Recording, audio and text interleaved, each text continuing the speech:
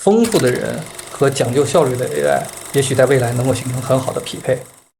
过去2、3年其实没有怎么大规模的招聘人，原因是因为一直在用各种各样的技术在提升效率，这是一个客观的事实。提升效率背后不是简简单单的每个人利用工具，提升效率背后的核心就是你的组织要围绕着新的工具重新进行设计。这件事儿呢，坦率讲非常不容易。比如说我们是一个典型的移动互联网这个时代出身的一个公司，产品设计啊、开发啊、运营啊、客服啊，这套体系过去10几年沉淀下来的一个被证明非常有效的方式。过去3年 AI 横空出世，那我们就在思考，是不是简单的企业效率是通过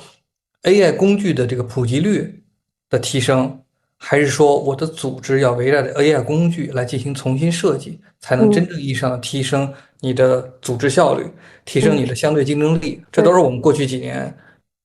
必须面对的，到今天也没有说真正很好的解决。所以招聘方面呢，实际上是一个相对比较保守的状态了，但内部的提效方面反而是一个相对比较积极的状态。丰富的人和讲究效率的 AI，也许在未来能够形成很好的匹配。无论是我用 AI 还是 AI 用我，人和人之间的关系到底边际将来如何划分，谁给谁钱，这都可能会发生很大的变化哦。但最后核心就是一个讲效率的 AI 和一个丰富的人类之间的这种配合，是不是能让这个世界变得更美好？